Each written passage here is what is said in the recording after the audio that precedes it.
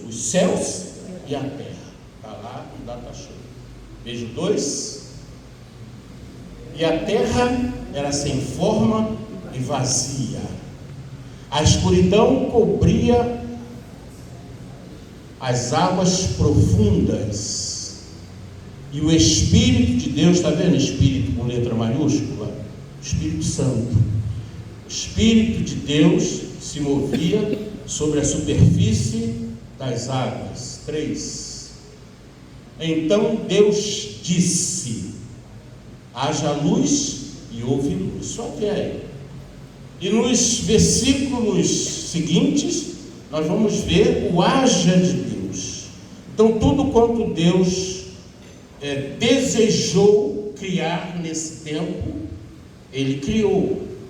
Mas eu queria dizer, meus amados irmãos, que tudo quanto Ele criou, criou para o nosso benefício. Inclusive vocês, mulheres. Tudo pensando no homem. Não apenas o homem, genericamente falando, mas também no homem, a mulher, genericamente, que é a criação de Deus. Mas o que eu gostaria de também enfatizar é que em cada criação, Deus dissera: isso é muito bom. Ou seja, Deus criou todas as coisas e criou de forma perfeita. E viu Deus que era bom. Imagine Deus dizendo que algo é bom. É porque é bom mesmo. É um bom que extrapola a nossa capacidade de compreensão. E aí eu fico analisando o universo, por exemplo. A gente vê o sistema solar. Vou me prender só ao sistema solar, né? Os planetas todos certinhos. A vez conversando com Samuel disse: pai, se um desses planetas forem destruídos, todos nós vamos ser. E é verdade, acaba com tudo, né? Então, tudo foi criado de forma perfeita. Aí Deus cria, nesse universo, cria o planeta Terra, um dos planetas do nosso sistema solar. E Deus, nesse planeta, fez tudo que era necessário para o homem. Inclusive nós mesmos fomos feitos do pó da terra, do barro. Todos os nutrientes que tem na terra, tem no nosso corpo. Mas também algo interessante é a gente, quando começa a olhar para o nosso corpo internamente, a gente vai ver um cérebro capaz de dominar todas as nossas ações físicas. A gente vê o rins, né, que filtra, tira através da urina tudo aquilo que não é interessante para o corpo. A gente vai ver o fígado, e tudo no seu devido lugar, com funcionamento, né, específico, próprio, para o que eles foi colocado ali. A gente vê um músculo que bombeia sangue para o corpo inteiro. A gente vê um pulmão capaz de buscar oxigênio e liberar gás carbônico, né? Aí a gente vê a natureza, as plantas pegando esse gás carbônico e jogando oxigênio. São coisas perfeitas que Deus criou. E eu costumo dizer, e eu não posso fazer uma afirmação categórica, porque não está explicitamente na Bíblia desse jeito, mas é uma posição teológica minha, né? Eu penso muito. Quem pensa muito, fala muitas coisas, mas também fala muitas besteiras também, né? Então não é bíblico, mas eu digo o seguinte: todas as coisas convergem para o homem.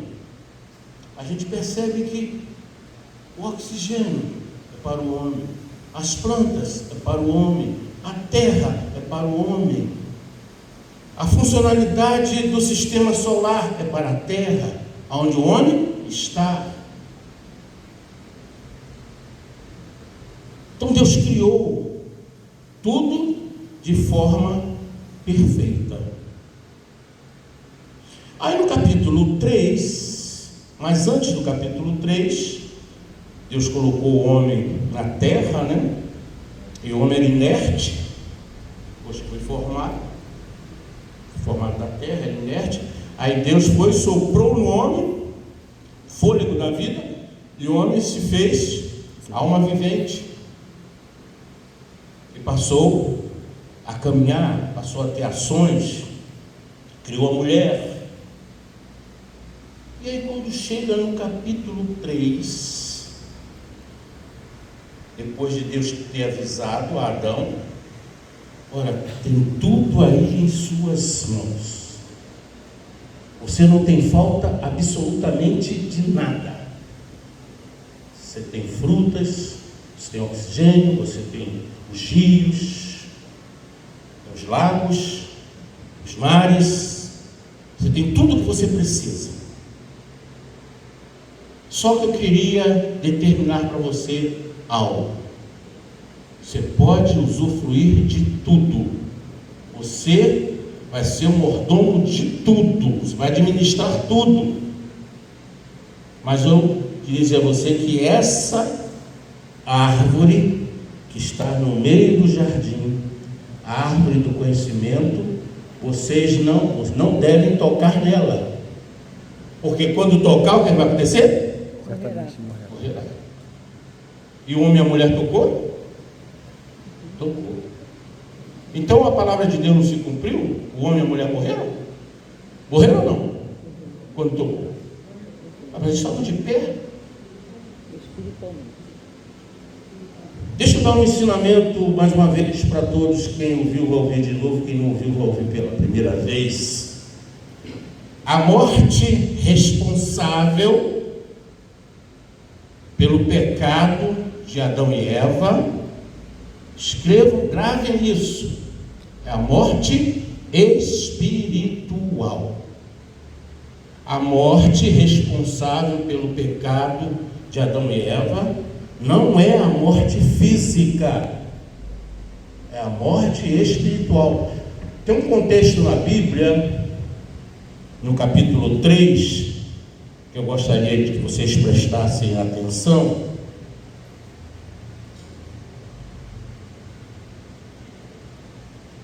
Que é a partir do versículo 5 de Gênesis 3, ainda é o diálogo de Satanás com Eva, a partir do versículo 5. Prestem atenção nesse texto que nós vamos ler. Já está ali, mas eu vou ler a versão, que é a melhor versão que existe, não. Nova versão transformada, isso aí? Gosto da NVI, né? Isso, NVI, a melhor versão que tem. Vou ler, a partir do versículo 5. É que Deus, isso é a serpente falando, é que Deus sabe que no dia em que comerem dele, os seus olhos se abrirão e vocês serão como Deus. Olha que proposta. A gente critica Eva, sabe? E Adão. Mas tem muita gente ouvindo essa proposta e achando muito interessante. Infelizmente. Mas diz lá, serão como Deus, conhecedores do bem e do mal. Versículo 6.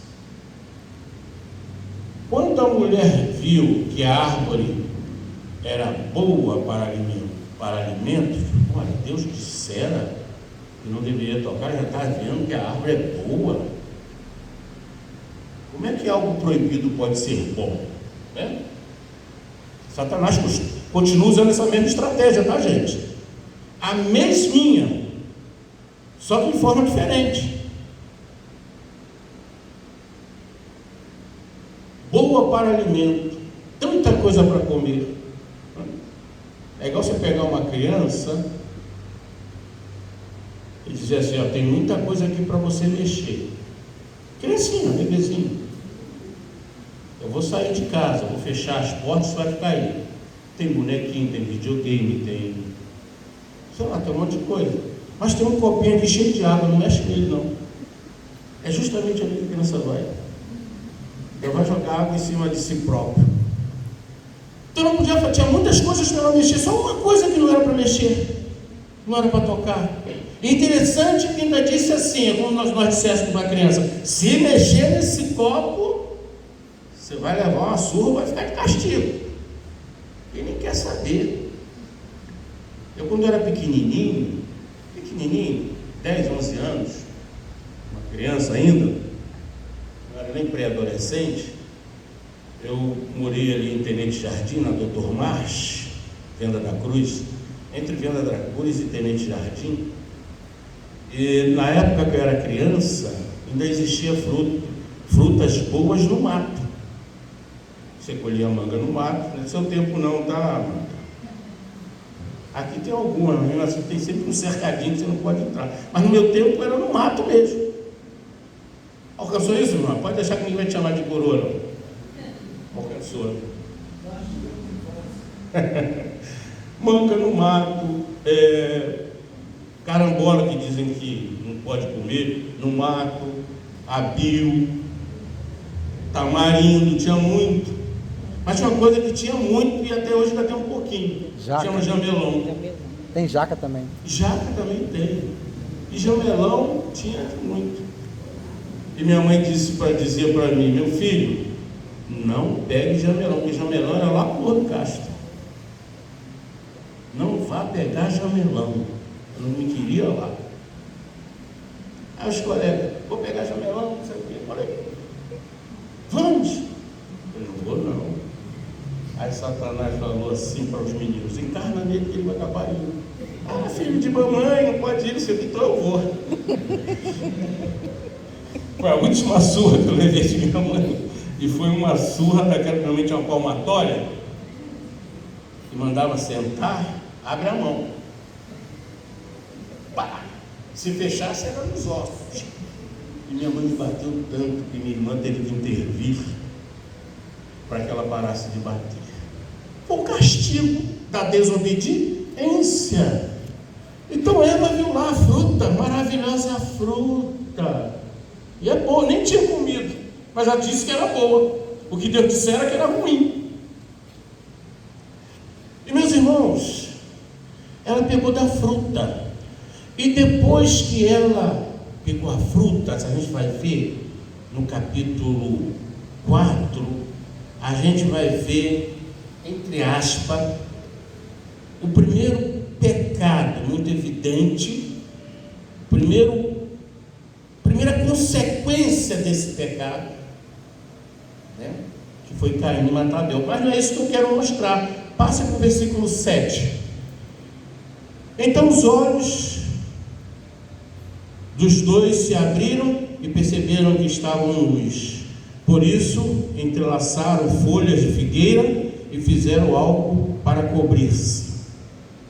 8. Quando o homem e a sua mulher ouviram o som do Senhor Deus, que caminhava pelo jardim ao sopro do vento do dia, esconderam-se da presença do Senhor.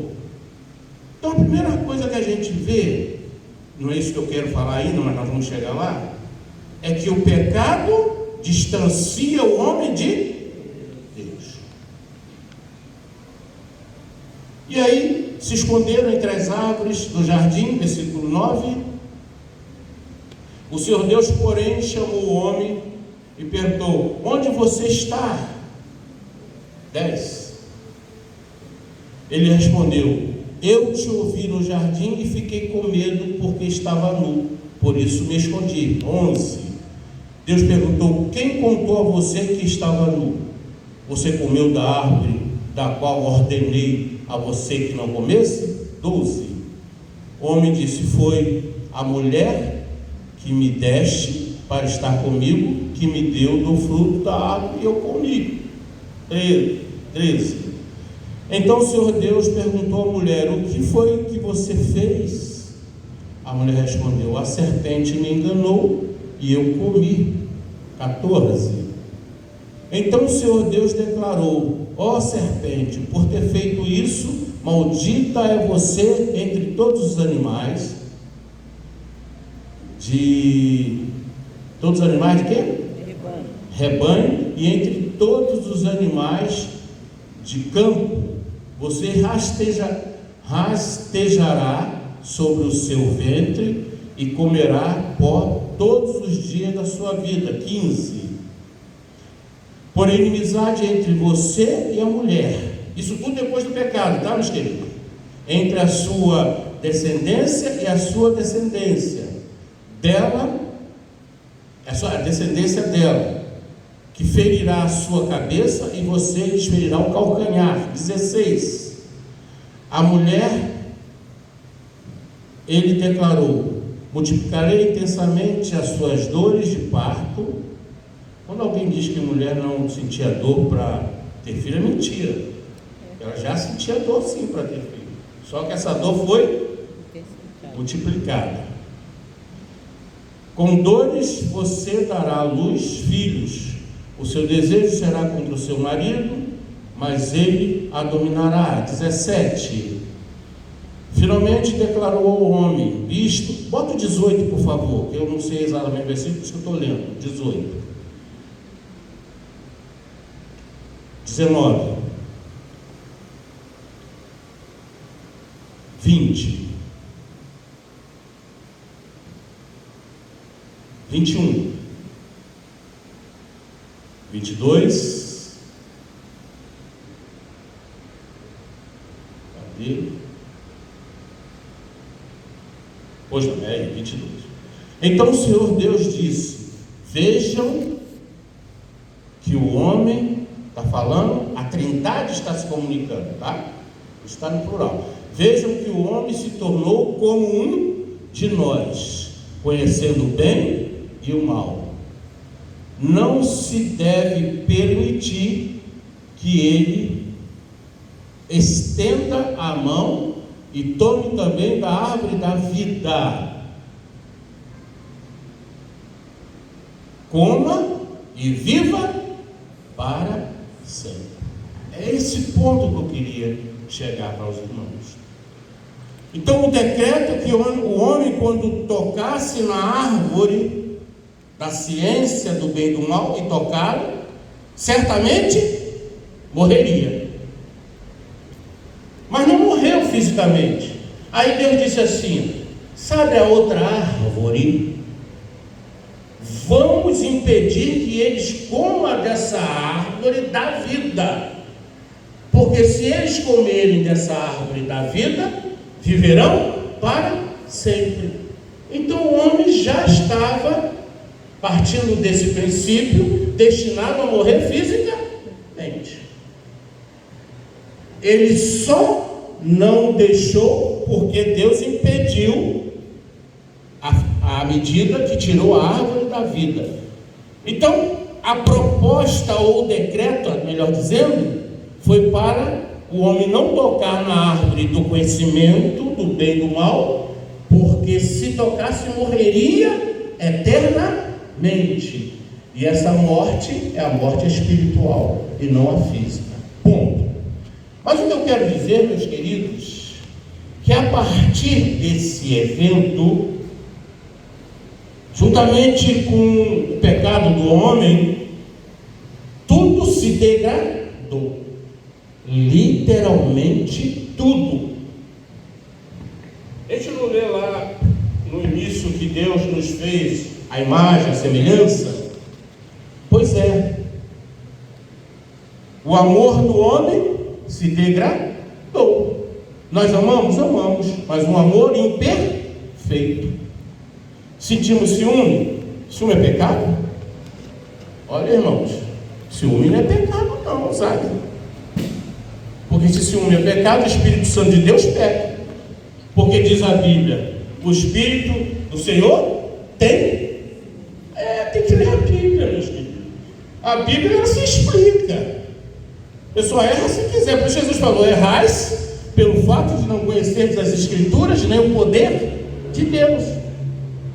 O ciúme que é pecado é esse em nós, que não é um ciúme verdadeiro, é um ciúme egoísta.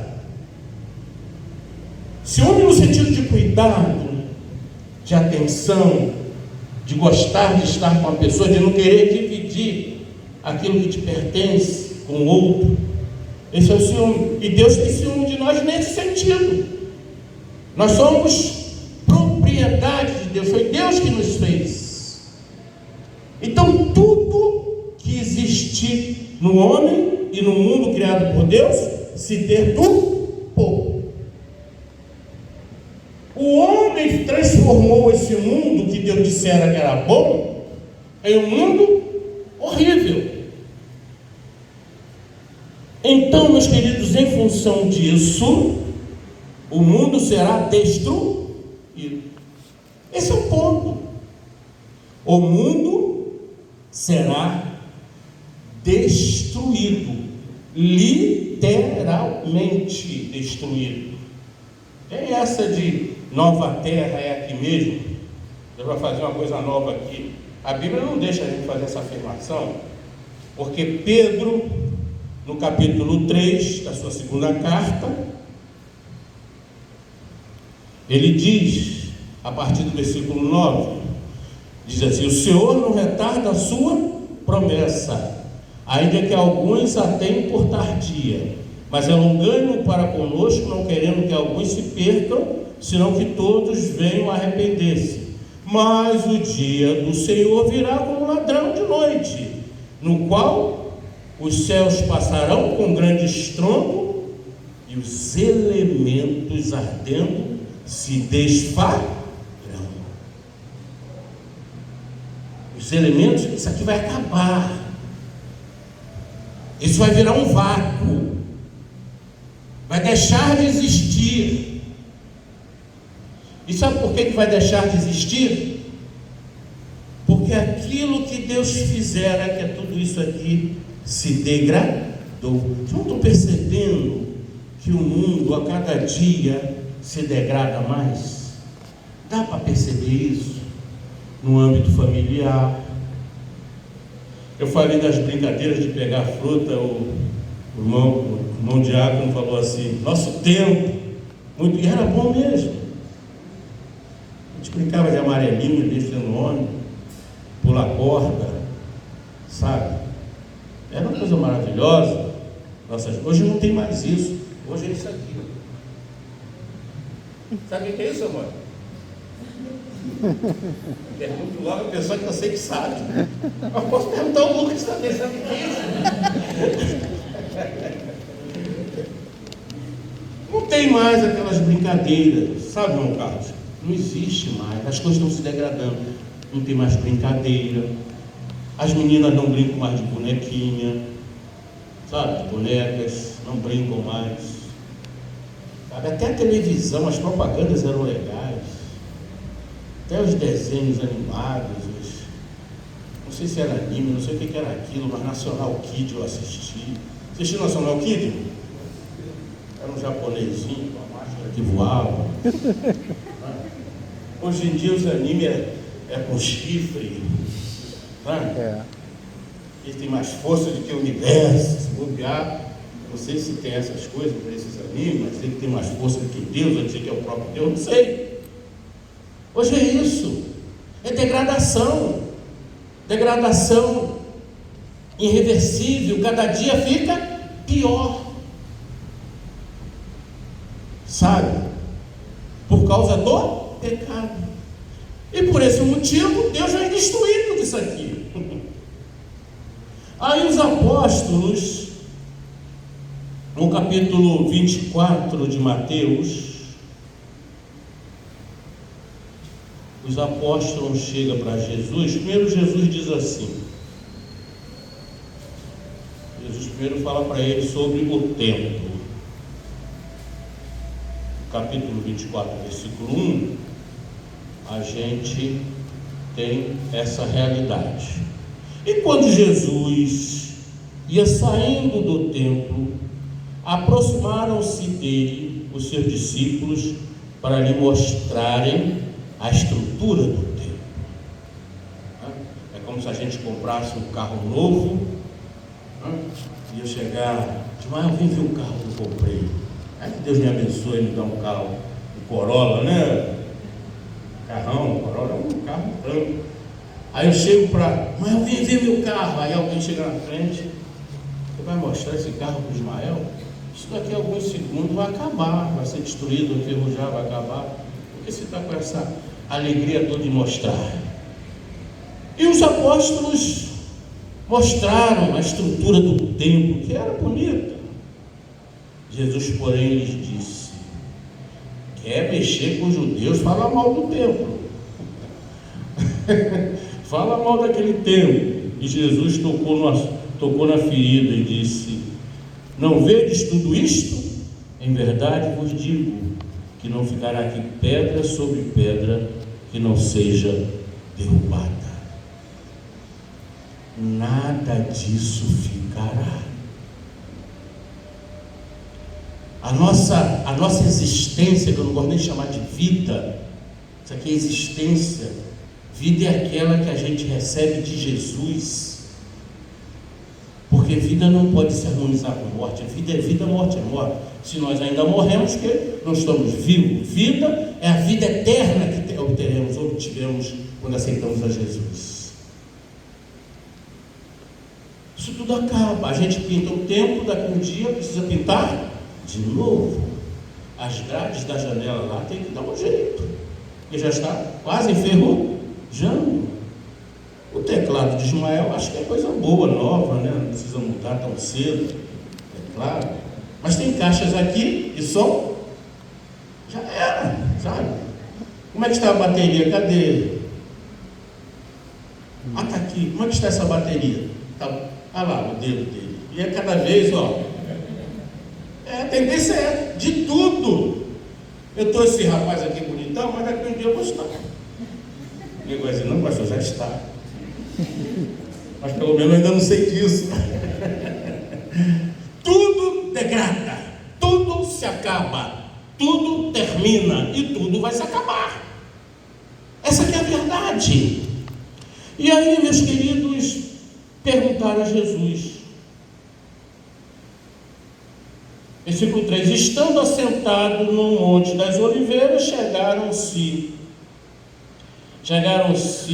a ele os seus discípulos, em particular, dizendo: dize-nos quando serão essas coisas e que sinal haverá da tua vinda e do fim do mundo.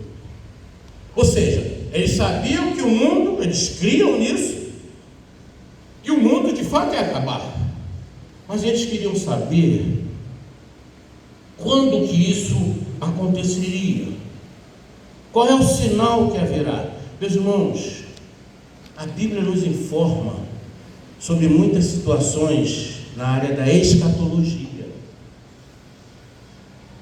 mas a igreja do Senhor Jesus, embora precise entender, precise buscar, conhecer as coisas do fim dos tempos, mas nós não podemos, como igreja, perder tempo em debate sobre essas questões, que não nos levará a lugar nenhum. Esse conhecimento sobre as últimas coisas, fim do mundo, volta de Jesus, Jesus não gostava de falar sobre o final dos tempos, meus irmãos. O que Jesus falava muito é sobre pregar, pregar e pregar, anunciar o Evangelho, o reino de Deus. Isso que Jesus se preocupava. Mas mesmo assim Jesus disse: já que vocês estão me interrogando, perguntando, tem curiosidade, eu vou falar algumas coisas sobre evidências da proximidade do fim do mundo. Só que alguns que leem essa proximidade, tanto no sermão escatológico de Jesus, que começa no 24, quanto nas mensagens da palavra de Deus em Apocalipse, muitas pessoas que leem sobre acontecimentos escatológicos esquecem do que Deus dissera em muitos textos bíblicos, que um dia para o Senhor e 1000 anos. O Senhor não é limitado no tempo. Tudo pode terminar daqui a alguns segundos, mas tudo pode levar 1000 anos para acontecer, não sei. Os nossos bisnetos, tataranetos ainda estarão aqui, isso pode ser. Ou seja, Jesus falou que ninguém sabe o dia da sua volta, nem o filho, senão o pai, sabe? Então, meus queridos, conhecer é importante. Eu tenho vários livros de escatologia em casa. Eu leio muito sobre milenismo, pós-milenismo, pré-milenismo. Eu sou amilenista. A maioria dos batistas são amilenistas, mas outros são pré-milenistas, acreditam em um milênio literal. Vamos ter 1000 anos literais em uma determinada situação e 1000 anos em outras. Não importa no que você acredita, o mais importante, independente do que cremos sobre milênio e sobre escatologia, o mais importante é ter Jesus como Senhor e Salvador das nossas vidas. E para isso fazer o que foi dito na mensagem de manhã por Ismael pregada: oferecer, não esmola, mas oferecer o que de fato importa, que é o milagre de um novo nascimento. Isso é que é importante. Mas Jesus falou para eles. E meus queridos, hoje em dia a gente pega pessoas que só falam nisso. Aconteceu o evento da Covid, Jesus está, ainda usa essa expressão que eu não gosto, está voltando. Jesus não está voltando, Jesus voltará. Essa expressão Jesus está voltando dá a impressão de que ele está no ônibus espacial vindo. Não, Jesus vai voltar como relâmpago, ele mesmo disse isso. Vai voltar num ato. E segundo o contexto, não vai dar tempo nem de fazer nada. A mulher que estiver grávida para dar à luz não vai ter a alegria de ver o seu filho nascer, porque vai ser uma coisa muito rápida. Aí Jesus respondendo disse, versículo 4: acautelai-vos, que ninguém vos engane.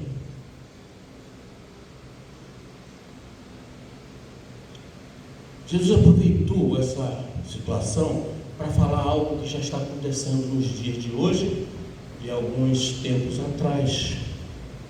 Igrejas que marcaram a volta de Jesus.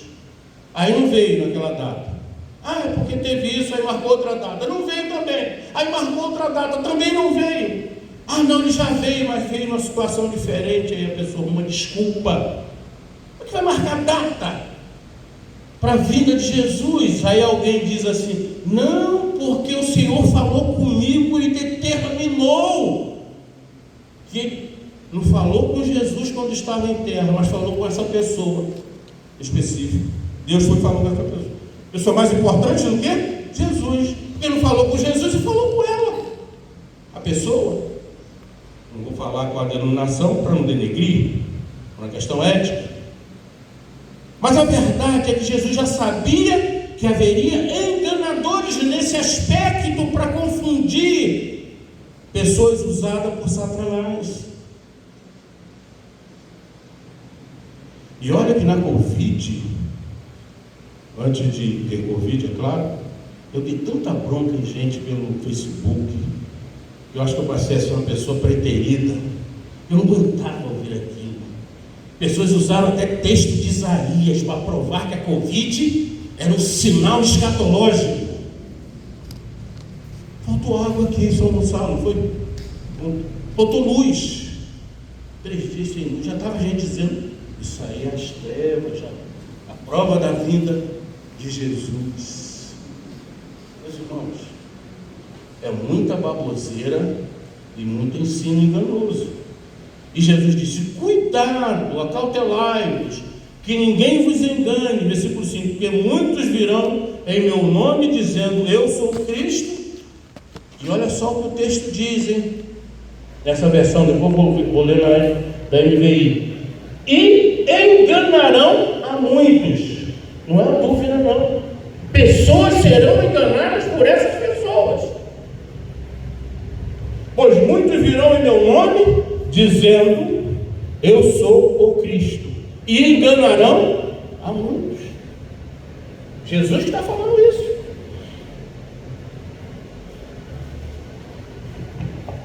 Aí ele fala outras características. E ouvireis de guerras e de rumores de guerras. E a gente já está vendo, né? Muitas coisas recentes. Mas olha o que ele diz. Olhai. Estão vendo guerra? Rumores de guerra? Olhai.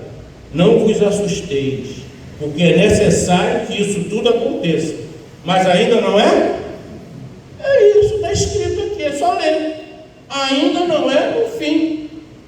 Pastor, mas tem guerra em todo lugar, está tendo guerra e tal. Que legal, está tendo guerra. Mas segundo Jesus me falou, ainda não é o fim. Tchau. Até logo. Está escrito. Aí ele fala mais evidências. Porquanto se levantará nação contra nação e rei contra rei. Já está acontecendo isso. Já aconteceu e continua acontecendo. Reino contra reino, já aconteceu e continua acontecendo coisas semelhantes.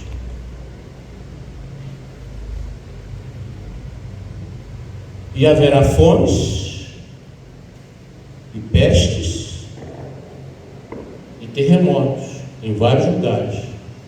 Mas esse mais ninguém lê, meus queridos. Só quer dizer que Jesus está voltando. Para aí que Jesus está, essa expressão que eu não gosto, está voltando. Mas todas estas coisas são apenas o princípio. Está escrito. E tantas outras coisas mais está escrito sobre a questão do final dos tempos, que definitivamente não determina que nesse tempo Jesus voltará. Como também não determina que Jesus não voltará. Se não há essa determinação, qual é a função da igreja? Pregar o Evangelho, porque isso é que é importante. Essa é a função. Não ficar debatendo sobre essas coisas, perder tempo no debate. Em vez de debater escatologia, deve perguntar assim: quantas almas você ganhou esse ano para Jesus? Porque essa é a função da igreja. Mas pastor, a gente não tem que conhecer isso? Tem que conhecer, volto a dizer. Mas isso não deve ocupar o nosso tempo a partir de debates. Eu estou dando um estudo sobre anjos, não por causa dos anjos. Eu estou dando estudo sobre os anjos porque uma quantidade incontável de anjos do demônio existem. E eles precisam ser identificados por nós, para que a gente possa resisti-los nos momentos constantes da nossa vida. Mas a nível, meus queridos, de igreja, esses conhecimentos precisamos ter, mas não deve mudar o nosso foco, em hipótese alguma.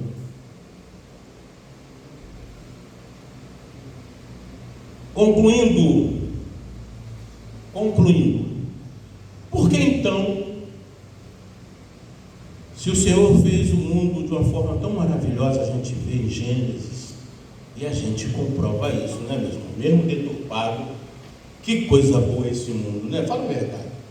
Não vamos ser demagogo, não. Vamos se importar, não é coisa boa. Coisa boa é você chegar em um mar de água límpida, lá em Arraial do Cabo. Eu já fui naquela praia que desce aquele coisa, esqueci o nome. Não é do Forno, não. O tal da Atalaia. Ruim de chegar, mas quando chega lá, você vê aquela água transparente, sabe? Você vê coisa boa. Embora não seja, como é bom torcer para o Flamengo, né, João? Foi campeão aí agora. Mas mesmo assim, eu prefiro torcer para o Botafogo. É coisa boa. Não é botafoguense, olha lá. Está mais feliz do que os flamenguistas, porque a taça que nós ganhamos não tem nem comparação com essa lata velha de hoje, né? Mas coisa boa é viver nesse mundo. Você pegar um carrão, quem gosta de dirigir, ligar o ar-condicionado, aqueles troços que a gente vê a música lá, como é que dá o nome? Que é uma tela assim que a gente vê, mídia, né? A mídia, aqueles carros bonitos. Coisa boa é pegar um cruzeiro, né, minha querida? Enchendo minha boca de água. Falei, gente, quanto que é isso? Eu vou também. É bom, meus filhos. É coisa boa. O mundo é tão bom que mesmo deteriorado, deturpado, ainda tem coisas boas para se usufruir. Conquanto será destruído. E a minha última palavra é justamente essa. Para finalizar aqui, o mundo que Deus fez está se destruindo por causa do pecado.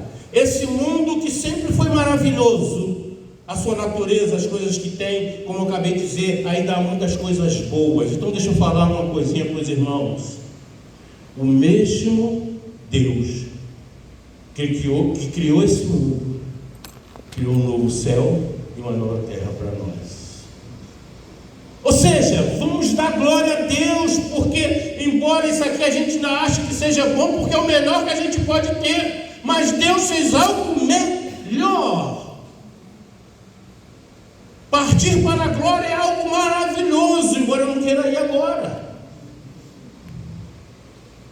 Apóstolo Paulo ficou deslumbrado quando ele teve aquele arrebatamento, sabe?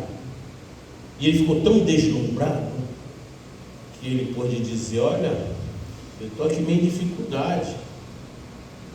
Vou usar uma expressão minha própria, né? Minha própria é redundante, mas eu falei, tá? Vou usar uma expressão, não da Bíblia, mas minha. Paulo falou assim, gente, embora o céu seja maravilhoso, a minha vontade é de ir logo para lá. Que ele viu. Mas ele disse assim, mas eu tenho coisas a fazer aqui. Porque se não fosse essas coisas, eu já estaria lá. Deixa eu falar um segredo para os irmãos. Sabe por que a gente não consegue deslumbrar? A gente apenas imagina que é bom, mas a gente não consegue deslumbrar a beleza do céu.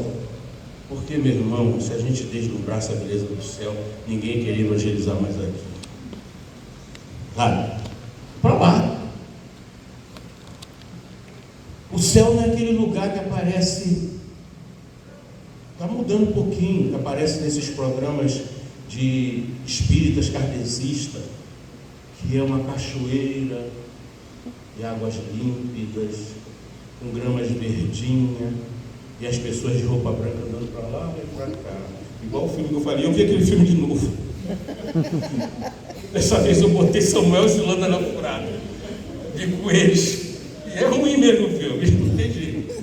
Não é um lugar onde as pessoas com roupa. Imagine você passar uma eternidade andando para lá e para cá de roupa branca, contemplando flores, grama e cachoeira. Não pensa direitinho. As pessoas do mundo pensam isso, não quero ficar aqui, vou aproveitar enquanto posso. Porque depois que morrer, mesmo que acredite em céu, se o céu não é lá, essas coisas não. Então vou aproveitar. Meus queridos, o mesmo que criou tudo isso aqui que nós conceituamos como maravilhoso, é o mesmo que já preparou para nós um lugar muito acima da beleza do que é aqui. E para retratar isso, a fim de que a gente entenda no sentido do valor, da grandeza, da beleza, foi que Deus fez com João lá em Apocalipse. Mandou João dizer que as ruas eram de ouro, porque a gente sabe o que é ouro. Vocês estão achando que vocês vão andar em rua de ouro? O chão é de ouro de verdade? O ouro é uma figura, apenas para mostrar para a gente, usou o metal mais valioso para nós. Até porque a gente nem precisa de ouro lá, a gente não vai precisar mais de ouro, de nada. Então botou lá como é o céu. Leia Apocalipse, você vai ver a descrição. Ruas de ouro, muros de jaspes, sabe? Uma coisa para a gente entender que vai ser muito além das nossas expectativas. Então ele vai destruir o que a gente acha que é ótimo, excelente, e já construiu o que é muito além da nossa compreensão a nível de superioridade em relação a isso aqui. E é tão maravilhoso e tão grande que Jesus também usou uma expressão que chama muita atenção de todos nós até hoje: mansões. Mansões. Não se turbe o vosso coração, queridos em Deus, queridos também em mim. Na casa, nas mansões celestiais, já está preparada essas mansões. Quando a gente pensa em mansão, pensa em quê? Casarão grande, várias piscinas, suco de laranja. Meu irmão fala suco de laranja, eu gosto muito de suco de laranja, sabe? Meu sonho é sentar em uma cadeira perto de uma piscina, por isso que eu quero ir no cruzeiro, deitar e ter um suco de laranja para tomar. Isso não é bíblico não, que eu vou falar. Eu acho que no céu vai ter suco de laranja. Amém? O que eu quero dizer, meus queridos, que o mundo que nós tanto admiramos será destruído. Eu não sei qual tipo de videogame que vai ter lá. Não sei se é o PS5, se é o Nintendo Switch. Eu conheço esses jogos por causa deles, né? Eu sou do tempo do Atari. Conhece o Atari, Lúcio? Já ouviu falar, né? Não se atreve a dizer que conheceu, senão eu vou dizer que você é do meu contemporâneo. Não sei se vai ter, mas se tiver, vai ter o melhor videogame. Tá? Lá não vai ter Flamengo, porque Flamengo pertence ao inferno lá, é o time lá naquele lugar de lá. Ele é flamenguista, Daniel. Daniel, vê se para mim que você é profeta. Porque eu vejo um monte de bandeira do Flamengo nas encruzilhadas cheias de vela, gente. Qual a impressão que eu tenho, né? Mas o céu é um lindo lugar. E que Deus nos abençoe. Nós que já garantimos a nossa morada lá. É bom viver aqui, devemos viver intensamente, sabe? Ir para o cruzeiro mesmo, navio, devemos mesmo carnaval, ir lá para uma casa, com piscina, num sítio, né? E tem que casar, né, Tabita? Ir para curso de casamento, para que o casamento seja o melhor possível. Mas lá no céu vai ser melhor do que tudo isso aqui. E louvamos a Deus, porque garantimos a nossa estadia lá, por Cristo Jesus. Ele nos garantiu viver nesse lugar para todo sempre.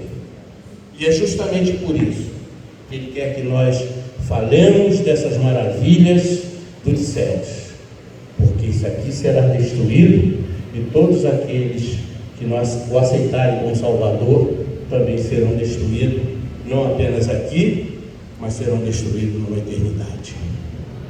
Que Deus nos guarde, nos abençoe e que a cada dia possamos usufruir mais da bênção de ser crente no Senhor Jesus. Eu não vou me atrever a pedir, porque senão o Ismael vai me levar para um gabinete ministerial. Mas tem um corinho, não sei se vocês conhecem. Se não conhecerem, não precisa tocar não, sabe? Eu também não conheço muito bem.